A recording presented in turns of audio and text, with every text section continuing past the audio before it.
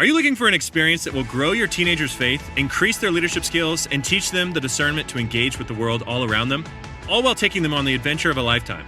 I mean, who isn't looking for that? If your teenager loves fun, adventure, and wants to grow in their faith and leadership this summer, then send them to Excel's Summer Leadership Camp. Excel's Summer Leadership Camp is a 12-day experience for passionate young leaders looking to discover God's truth, to discern wisely, and live wholeheartedly. Your teenager will embark on a transformative journey in the Blue Ridge Mountains, where they'll build lasting friendships in the context of community, embark on thrilling adventures like camping, rock climbing, whitewater rafting, and they will receive expert training and certifications in categories like CPR and wilderness first aid. Each aspect of the camp is woven together to help them learn to discover truth, to discern wisely, and take godly action in the context of real-life situations. To learn more or begin an application, go to theexcelcamp.org. That's theexcelcamp.org. Hurry, because summer is just around the corner.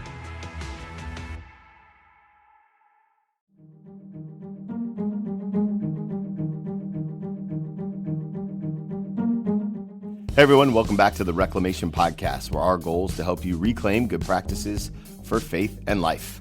I'm Tony, and today is episode 76 of the podcast. I sit down with linebacker, podcaster, speaker, and humanitarian Sam Acho. Sam has a brand new book out, Let the World See You, and it's all about what it means to step out in faith and let the world see you exactly the way that God created you. I think you're going to love this conversation. It's about taking off masks. It's about being bold. It's about really showing yourself and how Sam overcame so many of his fears to become and live out his Christian faith in a world that isn't always receptive to Christians, professional football. So I think you're going to love this conversation. More importantly, I think you're going to love Sam. He is such a kind human. He's got a huge heart. He is so much fun. If you do love the conversation, please do me a favor. Leave a rating or review on iTunes. We're working real hard to get up to 100 reviews by the end of the year. We're almost to 50. We're at 43 right now. And with your help, I know that we can do it. I'm so thankful for each and every one of you who leave a rating or review. I read every single one of them. And I'm so thankful for what God is doing through this platform. And I'm thankful for you for taking the time to let us be a part of your lives. It really does mean the world to me. Without any further ado, here's my conversation with Sam Acho. Hey, everybody. Welcome back to the Reclamation Podcast. I am here with humanitarian, author, speaker, and NFL linebacker, Sam Acho. Sam, welcome to the podcast, man. Thanks for being here today. Man, Tony, I'm so glad to be here. You know just as well as I do. I was jumping through some hoops, technical difficulties, but man, you have no idea how much of a joy it is to be on with you. Well, I just finished your book, Let the World See You, and I can't tell you what a blessing it was to read that. This podcast is coming out the week of your book release. How are you feeling about this momentous occasion? I'm excited. I excited would be an understatement. I've been thinking about this book, praying for this book, praying for the people who are going to read the book, praying for the message, hoping and praying that their hearts will be changed by the message. And so excited would be an understatement. I'm overjoyed. I am ecstatic. I'm not even really ready, because people say I'm just ready. But we talked about it earlier. It's almost like when I have 3 kids and we've had 3 babies. It's like, all right, the baby's here. It's like, okay, what's next, right? I'm not ready for that moment. I just want this momentum to keep on building and building and building. But I just want people to get that book in their hands. That's awesome. One of the things that struck me about the book is there's this kind of theme about hiding and letting God see you for who you really are. And we find ourselves in the midst of COVID, and 2020 is a weird time for anyone, but I would imagine it's especially weird to release a book in the middle of a global pandemic. And it's all about getting people to see you when more people are isolated than ever before. Tell me your thoughts on any of that. Yeah, it's interesting. In a lot of the book, I talk about taking off the masks, and people are like, "Well, hold on, you got to keep your mask on." but I talk about like taking off the figurative, right? Not the literal mask, right? I don't know. It depends on what state you're in. There are different rules, but the figurative masks that we wear, and the both literal and figurative hiding that we stay in. So for me, and I talk about this in the book, I remember at a young age, I was getting picked on and getting talked about, and I would go 13, 14 years old. I went to the bathroom stall. to hide, just so I wouldn't get talked about. And as I've transitioned from being 13 and now I'm 32 and in the NFL and all these things, no, I don't go and hide in bathroom stalls because I'm getting made fun of as a teenager or a little, tween, whatever. But oftentimes I would go and I would hide within myself. I would hide. Yeah. I wouldn't show people the real me, my real emotions, the real Sam. And so, especially during COVID, when we're already isolated, I think this message couldn't be timed out more perfectly. Yeah, I would tend to agree. As I was reading it, I was thinking, man, there's a lot of people that need to hear about the process of getting to the real you. And you kind of open the book talking about your mentor, Jerry. And tell me about that relationship. How did it develop? And then how did Jerry plant the seed that would eventually get you to where you are today? Yeah, well, Jerry Price was my next door neighbor when I lived in Arizona. I'd just gotten drafted to the Cardinals, and I found a place to live. And we had a different neighbor originally, and then the next year, this older couple moved in. They were about 60-something, 50-something years old. They've been married for almost 40 years. They're in their late 50s or mid 60s. Married for almost 40 years, and they just looked like they were loving life. Like they were just loving life, loving each other. They would throw parties at their house all the time, like more parties than I threw, right? They would throw parties at their house. They would dance together. I mean, he would just the way he loved her well. They would hold hands. It was amazing. And I had just gotten married, and my wife is from Nigeria, and she had just come to the United States. And when she came to America, she just said, "Man, everything here is just so fast paced. It always seems like people are on the go and they're asking a million questions, but it's almost like they don't really want to know you. They just want to seem like they want to seem like they're interested, but they don't really want to know you. They're just talking and talking and talking instead of really sitting and being with me. But man, something about Judy, which is Jerry's wife, something about Judy is different. And I noticed the same thing with Jerry. Something about Jerry was different. And so I'd always go to his house and I would just sit. I would just sit and listen and watch him and watch them, or talk with him when Judy and my wife would go on their excursions. Jerry and I would spend time together. And so we had this great relationship. Well, fast forward, after played a couple years for the Cardinals, I went to the Bears, and I was in Chicago going on my third year with the Bears, and I saw a Facebook post from Jerry Price. And in the interim, Jerry he'd gotten cancer, and so we knew about it. We were praying for him. We were supporting them, and we were whatever we could do to make sure he was okay. And it seemed like nothing was working. It seemed like the treatments weren't working. He wasn't getting better. And so we see this post, and he essentially was asking for permission to leave. Permission to leave. And Jerry's he's a follower of Jesus, right? He loves Jesus, and he's like, "Man, I'm ready to go see Jesus." And so I immediately call him, and as soon as he picks up, I could tell he was only at like 20% of his the strength that he usually had. This guy's gregarious and vibrant. He just was different. And so I say, "Jerry, give me what you got, man. I need to hear from you. If you're talking about permission to leave, and what do you mean? Tell me something, right? I used to sit in your office all the time, in your house all the time. Tell me what I need to know." And he said, "Sam," he said, "there's two things I've learned at this point, he was 70 some odd years. In my 70 plus years on this earth, there's two things that I would say are the most important things you could ever do." He says, "Number one, get to know Jesus intimately." He said, "God takes no greater joy than you getting to know his son. Get to know Jesus intimately, right? Spend time with God. Get to know him." And he paused. And I'm sitting, okay, well, that's the first. Come on, man. Give me, what do you? And he said, "The second thing, Sam, I want you to know is that," he said, "you are worth getting to know."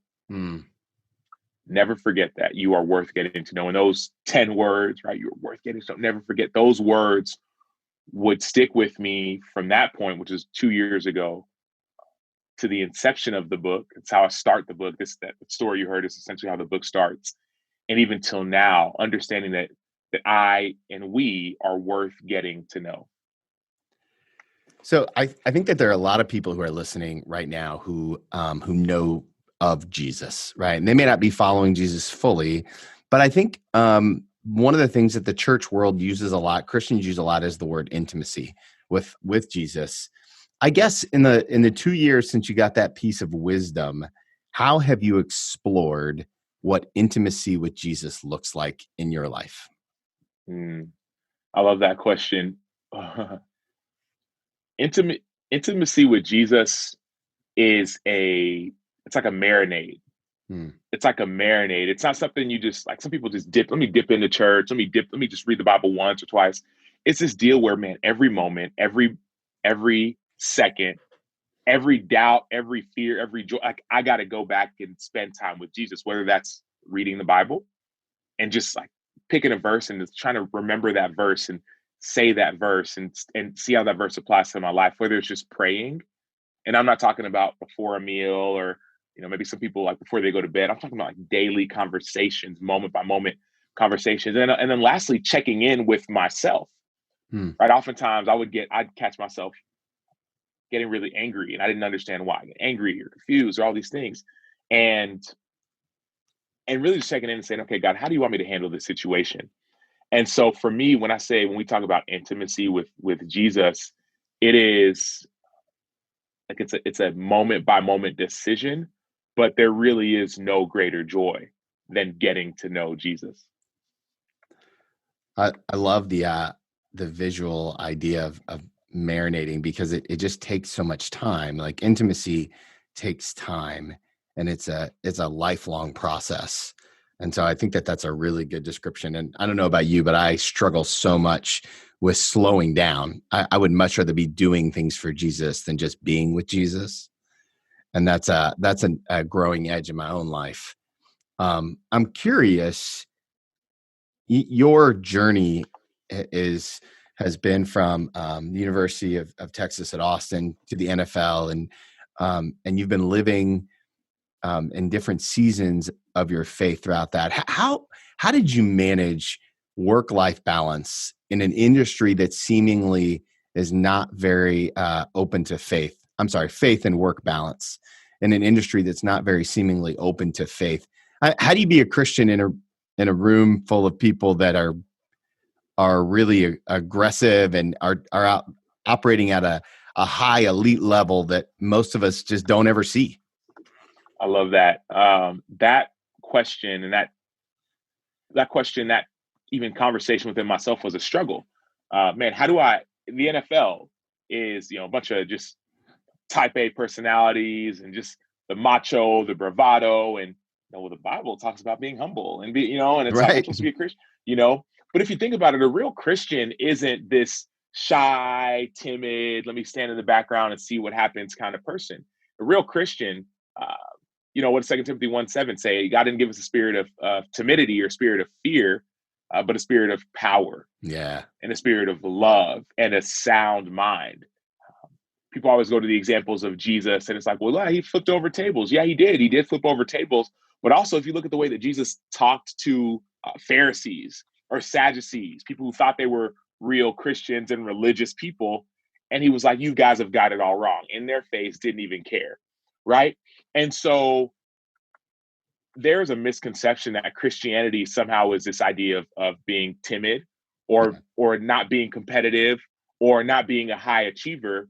But for me, my faith in Jesus, my faith in God, me knowing that no matter what, he's got my back, like I'm rooted in him, I'm like grounded, it gives me the freedom to go and be all he's created me to be.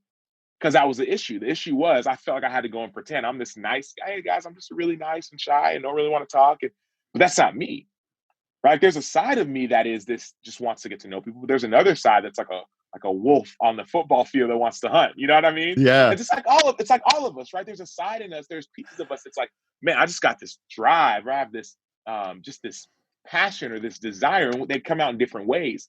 And God doesn't want us to keep those away from the world. He wants us to share those passions, those desires, those gifts with the world. Otherwise, he wouldn't have even given them to us. And so for me, like the NFL or even in a business or whatever, you get to know Jesus. Hmm. Because once you get to know Jesus, you'll see, oh, wow, he operated with the lowliest of lows, uh, but he also operated and challenged the highest of highs. The Bible says he was a lion and a lamb. He wasn't just a lamb. People think Christianity is just lamb. No, he was a lion as well. He's the Lion of Judah, right? He's this beast, right? Like this um, powerful entity who chose at times to subdue his power for the benefit of somebody else. And so I think with us as Christians in the NFL, Right.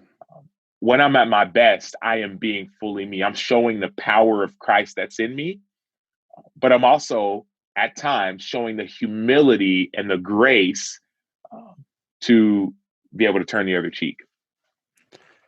So, one of the words that came to me as you were telling, kind of recounting some of that, is the idea of boldness, right? And there's a couple times in the book where you talk about God moved you to boldness, and I was hoping that you would tell one of the stories. One of my favorite football players of all times, Larry Fitzgerald, and you tell a story about him in the book, your sophomore year of Arizona. I was wondering if you would tell us that story and kind of share how that boldness paid off in a really cool way. Without a doubt. Well, so I just got drafted to the Arizona Cardinals, and my friends, my teammates were like, they're not even teammates, friends from college, teammates from college, were like, dude, you're playing with Larry Fitzgerald. This is like Right. the man. And not only was he the man, like not only is he at that point the number one wide receiver, future Hall of Famer, and not only is he all those things, but also I was getting really great. People were saying, man, is he a Christian, right? Because they'd call people's Young Life groups. So you do FaceTime, you do all these different things. Like, tell me about him. And the fact of the matter is, I knew nothing about him. Even throughout my entire rookie season, I knew nothing about him. Not because he was just some high and mighty, too good for anybody else conversation. It was just I was scared to get to know him. And it wasn't until the end of my rookie year where finally I said, I was getting all these questions, and I was tired of lying. I was like, yeah, he's great. I love him. Oh, he's the best. I was like, I got somebody, I'm going to get caught sooner or later. And so, finally I go up to him and I say, because I'm like, I can't lie anymore. I go up to him. It was in our off season going into my second year, and I started my rookie year and played well. Go up to him and I say, hey, Fitz. And he looks at me. And I say, hey, people talk to me all the time. And one thing about me, I notice things about people. So I noticed that yes, Fitz is a superstar, but he really does have this, cares about what people think, what people say. Sure. And it's like, hey, he wants to look good. I want to know that I look good, all these things. And so I say, people come to me all the time. They ask me about you. They ask if you are as great of a person in real life as you seem. And he says, well, what do you tell them? And I said, well, I tell him, I don't know. I don't know if you're a good guy or not. And he says, dude, why would you say that? He said, why don't you just take the time to get to know me? And so I did. Right. This moment, and all that, I talk about this conversation, but it was really this fear. Yeah. I was scared to get to know him because in my mind, he was a superstar and he was this, high and mighty guy. And who am I? I'm just so little. I'm so small and humble and finally, I built up the courage to go have a conversation and get to know him. And that conversation turned into a relationship where he learned a lot about me. I learned a lot about him. We actually would go to each other's. I'd go to his house. I had an apartment at the time, but I'd go to his house and we'd play chess. We would talk about life, about politics, about mission work, about humanitarianism, all these different things. And it got to a point where he actually invited me to go and meet a few of his friends. So I'm like, all right, well, an invitation from Larry Fitzgerald, it's hard to turn down, but who are these friends, right? Right. I was afraid to ask, but he said, hey, Sam, he texted me the night before, said, hey, Sam, wants you to meet some of my friends tomorrow, right after practice. All I'll say is this, he said, dress to impress. Got it. So went to practice the next day, didn't even ask who it was, rushed through practice, showered, changed, got in the car to follow Fitz to wherever we were going. And we pull up to this hotel. We walk inside. There's thousands of people in there. We walk inside, kind of through some doors, go through this back door, go down these steps, around behind this curtain, go down another set of steps behind another curtain, and we go to this room. And we're sitting down. It's me, it's Fitz, it's three of our teammates. I'm like, okay, what is going on? Who are we here to meet? And he's like, the president's about to walk in. And I'm like, the who? The president of the United States. So at that point, it was a former president, right? So Sure. A few minutes later, Bill Clinton walks into the room. And I'm like, and mind you, I'd never met a president. I'm just a guy. Bill Clinton walks into the room. And so it's 3-4 of us and Bill Clinton. We start having a conversation.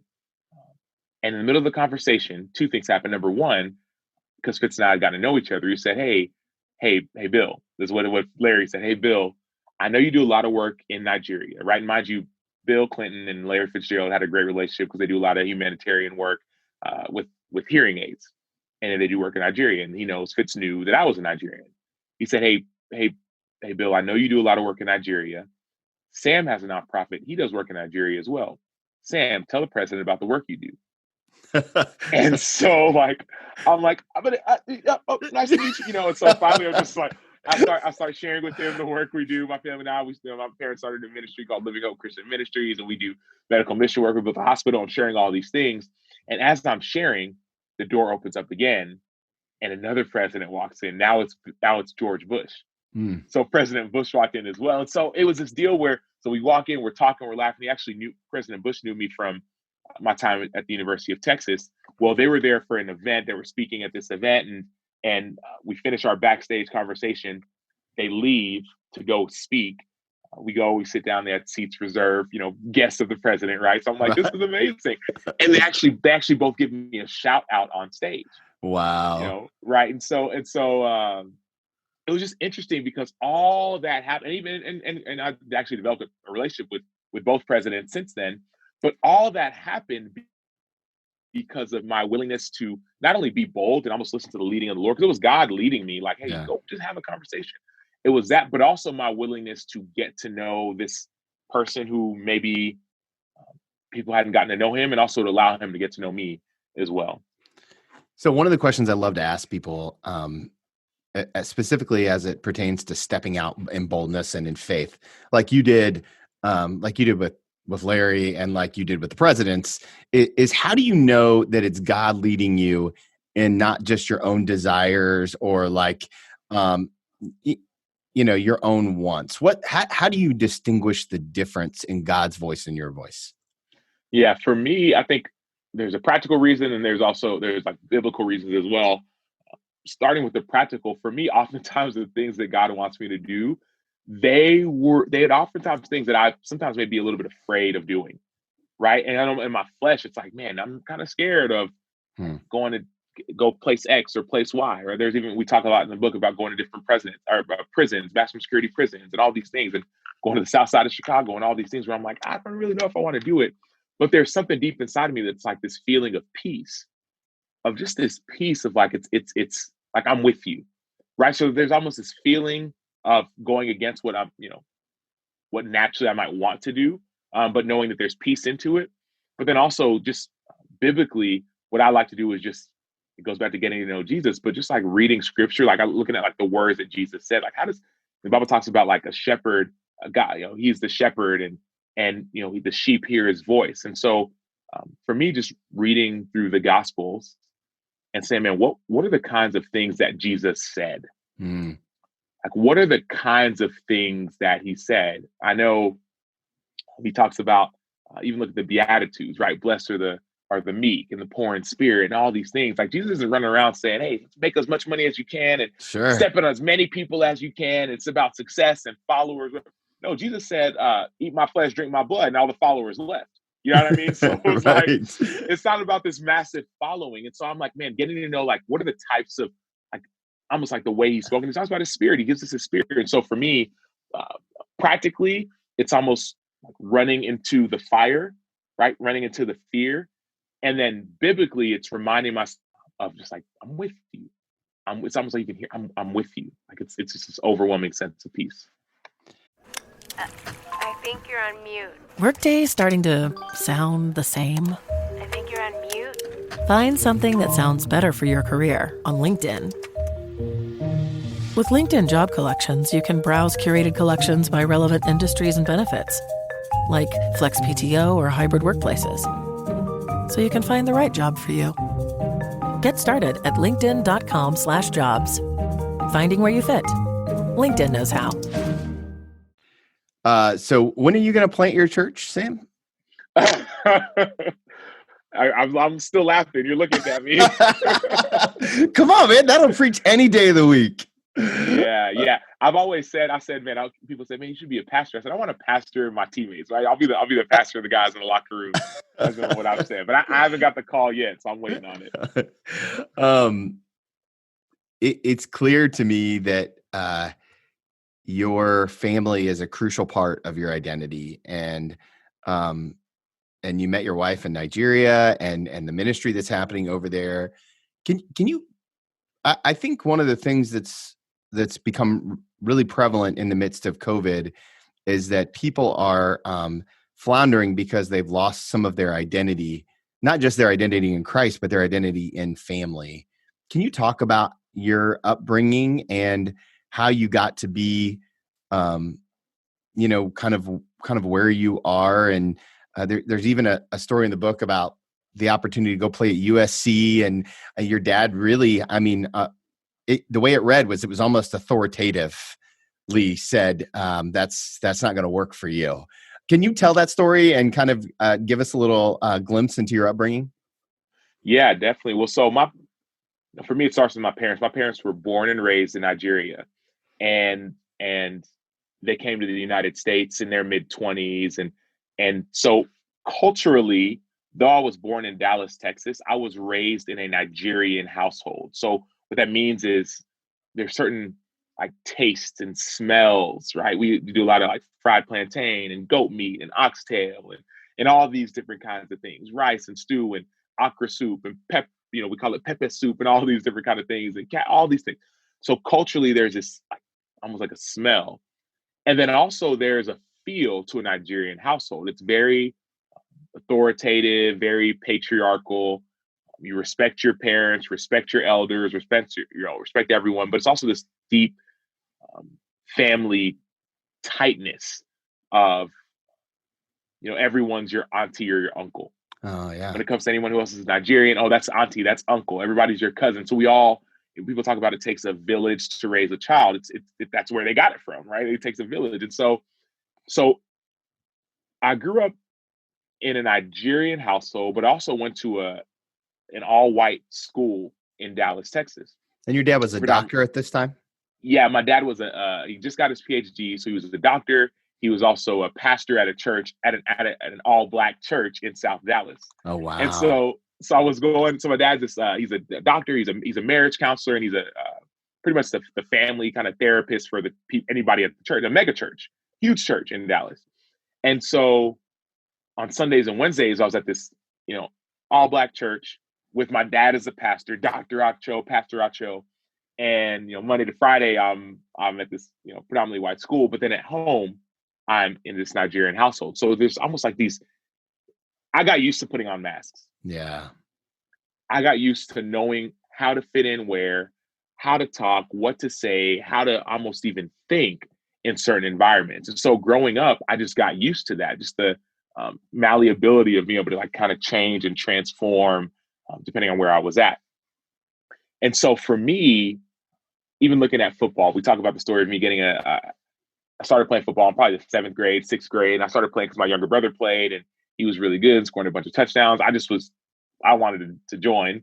And so I started playing and I got pretty good. I got a scholarship at from USC. And I kind of sped through that story. But I guess I'm making the point to say that at that point, to get a scholarship to go play football in college from the number one school, my dad was like, oh, like, what are we waiting for? It's a scholarship, But right. Talking about listening to that voice of God, something in my spirit wasn't sitting well with saying yes to this coach. I got a call from Pete Carroll at the time, who was the head coach, and they wanted me to verbally commit. And for whatever reason, though that was the number one school, though I had no other offers, I had showed up at this football. I showed up to this invite-only football camp in California. I was not invited. I showed up and they saw me. They said, "You're great. We want to offer you a scholarship." And I said no. Oh wow! I said no, but it's just like something wasn't sitting right. But that no opened up a door to a ton of yeses. I actually said no while I was on my way to go. I went to the camp. They showed some interest. They said, "We'll call you back." I said, "Hey, feel free to call me back. In 2 weeks from now, I'm going to Nigeria on a medical mission trip, so I may not be able to pick up your call because I have no service." They said, "We'll be in touch." Well, 2 weeks later, they call me. I'm at the airport getting ready to take off, and they offer me a scholarship. I turned it down.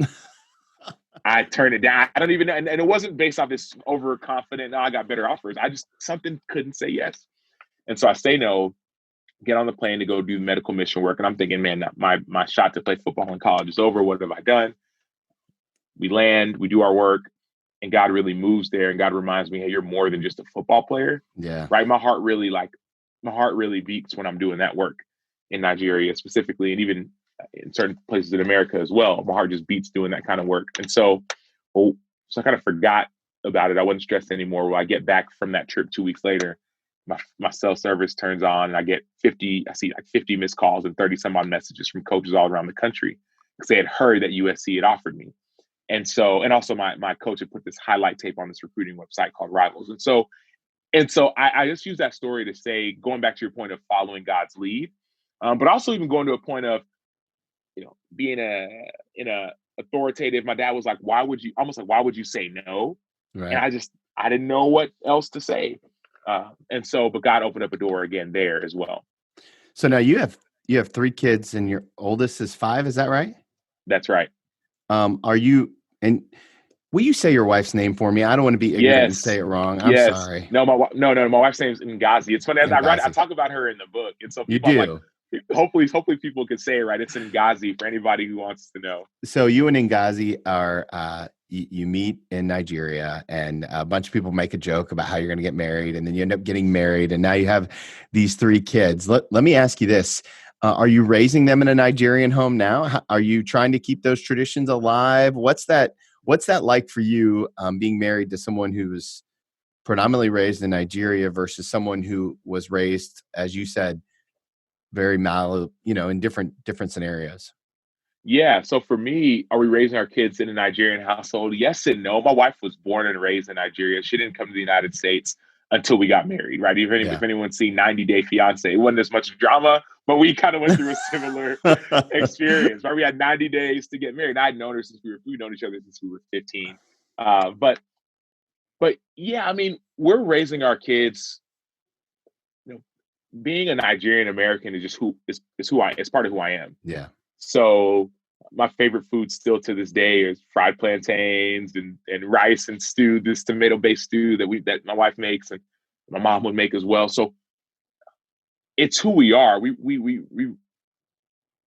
I can't sit here and say I'm teaching them, I'm working on the language and everything like that, but it's who we are. I'm raising them to follow God, to respect their family, to respect their siblings, to value family, because in Nigeria, it's all about family. I think that's one benefit of that, not the benefit, but in the pandemic, the fact that we've got a chance to spend a lot of time with our family. It's not like you just get kicked out of the house and you're 18 it's gone. It's like, no, man, like my dad's eyes, y'all are under my reign until you're married, especially for the girls, right? I have 2 older sisters. I'm responsible until I hand you over to whoever is going to take over responsibility. Even my sons. Hey, I understand you're old and you're grown, but I'm still dad. I still got boatloads of wisdom. If you give me an opportunity, like I'm dad. And so we're still raising our kids in that way, but there is a little bit of an American kind of flavor and spice to it as well. And I'm not exactly sure how to verbalize that per se, but I'm just trying to raise them to love God, to love people, to understand they are valued, they are worth it. I know for me, there's this idea, especially being a man, of not showing emotion and, why are you crying and all these things. I'm trying to, as I'm learning to sit with my emotions, allow my kids, my son in particular, my 5-year-old son, I have a 2-year-old son as well. He is adorable. Like I was Instagram saw you and your wife are doing good work. So it's all her, man. It's all her, man. I say they all take after her. Yeah. So that's how we're raising them. Do you guys do any? And I'm curious, mostly for my own benefit. I'm always trying to figure out what other families are doing in terms of like how they connect their family together. Do you guys do any family devotionals, or do you guys have some intentional practices that you guys like to lift up? Yes. Well, we do. What we do every day, every morning and every night, we spend time in prayer. And not just prayer, we actually spend time in worship as well. It's James 5:13, James 5:13. It says, "Is anyone among you sick? You should pray." And it goes on to say, is anyone among you cheerful. He should sing praises. And I never thought about it in this way, but what we always do every morning is we'll sing praises. We'll worship God. Yeah. We'll pick a couple songs. Some of those are Nigerian songs, right? They're Igbo songs that we'll sing. Some are typical, and then we'll worship American songs. Yeah. We'll just worship God. We'll just sing God's praises. We'll make a joyful noise. We'll sing, and then we'll pray every morning. And then again, we'll come together as a family every night and do the same. We'll sing and we'll pray. And that was something that I remember growing up. That's what we did consistently in the mornings. We'd pray, we'd sing. And as we got older, and kids, as me as a child, I was getting older and, waking up early for practice or whatever. We may not do the singing every morning, but we would definitely pray at night. But on Saturday mornings, we'd all get together in my parents' room. We would sing worship songs. We'd all pray. Kids as well. My 2-year-old prays, right? And so he's not just saying amen. We're trying to get him to just say amen. Give me an amen at least. He's pretty stubborn. But yes, that's what we do. And for us, I don't care what any other, family is doing, anybody else believes. That's the foundation. And so when they go to school, I can't expect their schools to teach them the school might teach them, okay, pray before meals and pray this way. But no, man, we'll read scripture too. Maybe not every day, but as family, we'll just go through some verses. And to a point now where my 5-year-old says, man, let's read about, I want to read about Jonah. Or says, oh man, can we go read about Moses? So that's the cool thing when you start instilling those values in your kids. It's not rocket science, but it's also not 5-minute coffee or pizza either. You know what I mean? It's intentionally praying for them and showing them what it's like to follow Jesus. So another question, maybe for my benefit more than most, but I'm curious about how your dad raised elite athletes who were still grounded in their faith. I have 3 kids. I have 2 boys and a princess, right? And I love raising young men of faith and discipling them and discipling my daughter, and they're all in sports. How did you guys manage the pull on your time versus because obviously in the NFL you play on Sundays, right? Or Mondays or Thursdays, and apparently now Saturdays too. But anyway, that's not the point, right? Like, you play all the time. It's an all the time job for so many months, and then even in college, same thing, and even at high school. I mean, I've got a 4th grader who's playing football, and we're practicing 3 to 5 nights a week, 2 hours at a time. How did your family balance faith and sports and that tension between the two? Because one of the things I see a lot is that it's hard to hold them both in tension. Yeah, for us, I don't know if I've ever told anybody this. I don't know how many people know this, but there was never really any tension. Faith always took precedent. And so even to your question of, man, how did your parents raise elite athletes? That was all God. Anybody knows my dad? My dad is 5'6", 5'7" on a good day, right? My mom, well, let me give him 5. My dad's 5'7". My mom's 5'6". And yeah, granted, I'm confident they were both great athletes. And back when Nigeria, my mom, she ran track I think she actually could have gone to for the Nigerian Olympic team. So there's like the genes are there as well. But it wasn't like a dream that you guys are going to go play in the NFL. It was education. Yeah. Because for my parents, education was the way out, especially of Nigeria. Education was the only way out. And so football just happened. It was, and initially, right? God opened up those doors. We weren't, my parents put us in sports because we were running around the house breaking stuff. They said, go outside, just do something. So it was like basketball, it was baseball, it was football, it was all these different things, just cuz. But I think the best example is this junior year, getting to my senior year, I just got these offers from USC and then all the other schools, right? Mailboxes, like I still got them in my room, boxes full of letters of schools offering scholarships. And I remember feeling pretty good about myself and like, wow, my whole life's about to change. This is great. And I remember getting a C on an assignment. I got a C. Yeah. A C, right? My dad looked at me and said, "What is this?"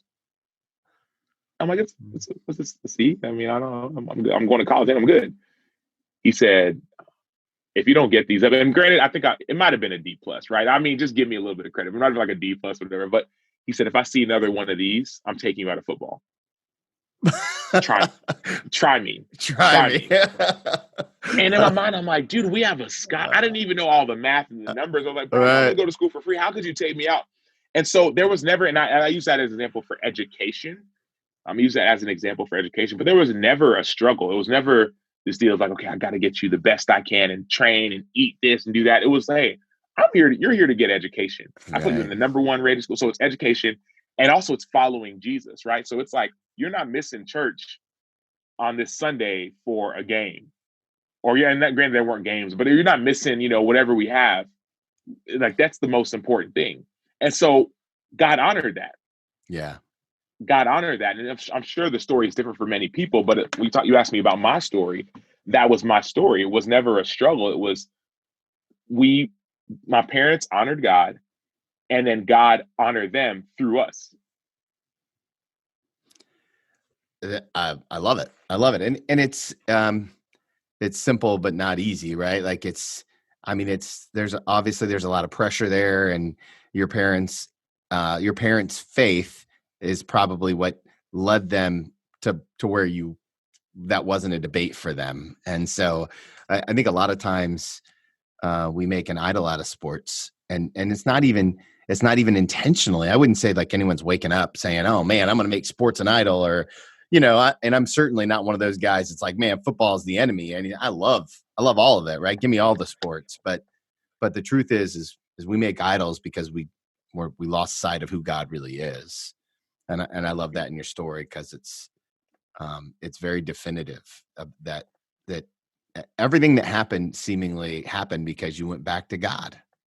Bingo. There was never any gray area. And when I say that, hear what I'm saying. It doesn't mean that I still don't, and I didn't like waver in my faith or sin or anything. I mean, no, don't hear that.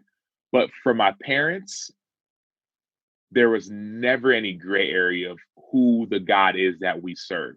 I think it's in Deuteronomy. He talks about choose this day who you will serve. Right? There was never any gray area. It's like, am I going to serve God? Or am I going to serve this success or this fame or this sport? There was never any gray area. And I think back to, the Bible talks about, don't be deceived. God is not mocked. You reap what you sow.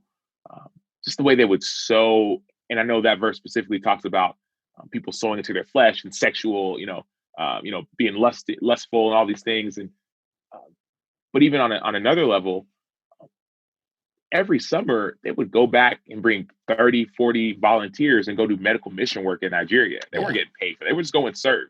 Right? My dad served at a church. My dad, God was calling him to start another church. He started a church. Like, it's not like you mentioned it's simple, but it's not easy. We want all these things, and God says, seek first the kingdom. Right? Seek first the kingdom, and then all these things. So we want all the things, and we're like, how do I get all the things? God's like, no, seek me, and then you'll get all the things. You have not because you ask not. He talks about if you believe, was it Matthew 21:22? If you believe, you will receive whatever you ask for in prayer. So we're over here scurrying, saying, I want this, I want that. We don't even go to the point of, let me pray about it. Can I pray about it and see what God thinks about it? Yeah, I'm at a point right now in football, free agent. I'm not sure what team I'm going to play it for. I'm not sure if I still want to play. God, are you taking me to a different route, different area? Am I seeking first the kingdom, or am I just trying to call as many teams as I can and say, hey, I want to play?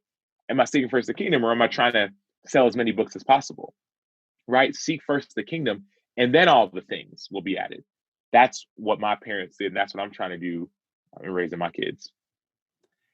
So as you are just real practical, as you are kind of living in this tension of not sure what's next in your professional career, and you've got a lot of irons in the fire, and you're doing tons of humanitarian work in Chicago and around the world, how do you on a daily basis give yourself space to seek the kingdom, practically speaking? Yeah, that's huge. First step is just breathing. Yeah. It's just breathing. I started actually talking to a counselor. My dad is a marriage counselor. I think why I got along with Jerry a lot is that he essentially was a marriage counselor, kind of counselor for pro baseball players. And I actually started talking to a counselor a few years ago, right around the time when this book before the book really came to birth. And I'm learning that sometimes just staying present is the most practical thing we can do. What does that look like? It looks like just breathing. Oh, like breathing. Looks like just sitting, praying. Not praying is a two-way street. It's not just talking, it's listening. Spending time in scripture, but not as a chore, just like, man, God, I'd love to learn more about this. Let me just read about it. For me, I love long showers, just hot showers, just in the shower, and I'll just pray. I'll just pray. Oftentimes also creating space instead of just being on the go and on the go and on the go, trying to get up a little bit early sometimes and just spend time. There's a devotional I read called Jesus Calling by Sarah Young. Spend time reading that devotional, try and be intentional about reading that, about creating space just to breathe, to dream. For me, sometimes basketball too. We all have our different things, different Sure. ways, but it's just so important to create that space to allow God to transform us. I think busyness oftentimes can be an idol. And this season of coronavirus and people off of work and not being able to go to school has in a lot of ways absolved us from the crutches that we run to. A lot of men, we run to work to avoid home. Sometimes women may run to their kids. We all run to different things. Dads as well. We just go and we run and we hide. And I feel like God's like, it's like just like Adam and Eve in the garden when they sin and God's walking amongst them and says, "Hey, where are you? Adam, where are you?" Of course, God knew where he was. Sure. Of course he knew, but he hid. I think a lot of us to the same point. Tony, where are you? Sam, where are you? What are you running from and where are you running to? And so practically speaking, looks like just slowing down, practically just breathing, oftentimes journaling, writing, listening to music for me helps a ton too. Making space for intentional time to pray. Sometimes it may be in the shower. Making space to pray, not feeling like I got to be a superhero for my kids or superhero for my wife or for work. Knowing that God is the one who's going to bring the increase. Ooh, that's a word. That's a word, man. I would go to your church, just so you know. Solid. You bring a strong word. Thank you for being such an open and kind soul, and for your generosity today. I know that my followers, listeners, are going to want to follow you on the internet. Where's the best place to start, and where can they buy the book at? Give us all the details about the interwebs. Definitely. Well, the best place for anybody. Thank you, everybody, for listening. I love telling stories. So thanks y'all for bearing with me when listening to the stories. All these stories you'll see in the book, but you can go to samachobook.com and find out more. Pre-order the book. You can find out more. And I would love to hear more from you. And if you want to reach me, go to samachobook.com, SAMACHO book.com. And on Instagram, Twitter, it's at the Sam Acho, TheSamacho. That's beautiful. Okay, last question I always love to ask people. It's an advice question. You have to give yourself a piece of advice. I'm going to take you to a very specific time in your life, the day of the NFL draft for you. You're getting ready to go into the NFL, and there's a great story in the book about that, which we don't need to. You just need to go buy the book so you can read the story. But what's the one piece of advice you would give that young Sam? Lecrae has a song. It's called 828, and it says it's gonna all work out sooner or later. So it's just this idea of it's all gonna work out. Yeah. Trust God. Don't worry. Don't stress. If I look back, that was 10 years ago. And yes, it was a stressful day and a stressful series of days, but man, it all worked out better than I could have ever dreamt or imagined. And so the advice I would give myself is truly to seek God's kingdom, and everything else will be added. It will be added. Stop seeking my kingdom and start continue to see kids is what I would say. That's beautiful, man. Hey, I appreciate you so much and your generosity with your time today and your openness and your storytelling. It was all so good. So thank you so much for being on the podcast today. Thank you so much, Tony. Wasn't that fun? What a great guy. Sam is amazing. Do me a favor, go follow him on all the socials. Let him know that you heard him on the Reclamation podcast and how much you appreciated having him as a guest and learning from him today. I know that I will always remember kind of this thought that you are worth getting to know. And I believe that. I believe that about you. And I know that sometimes we struggle with that. So hearing that from Sam and his story was such a gift. Do me a favor. Don't forget, leave a rating or review on iTunes. We're trying to get up to 100 by the end of the year. And with your help, I know we can do it. I'm excited for what God is doing through this platform, and I'm thankful for you. So have a wonderful day, and we'll connect real soon.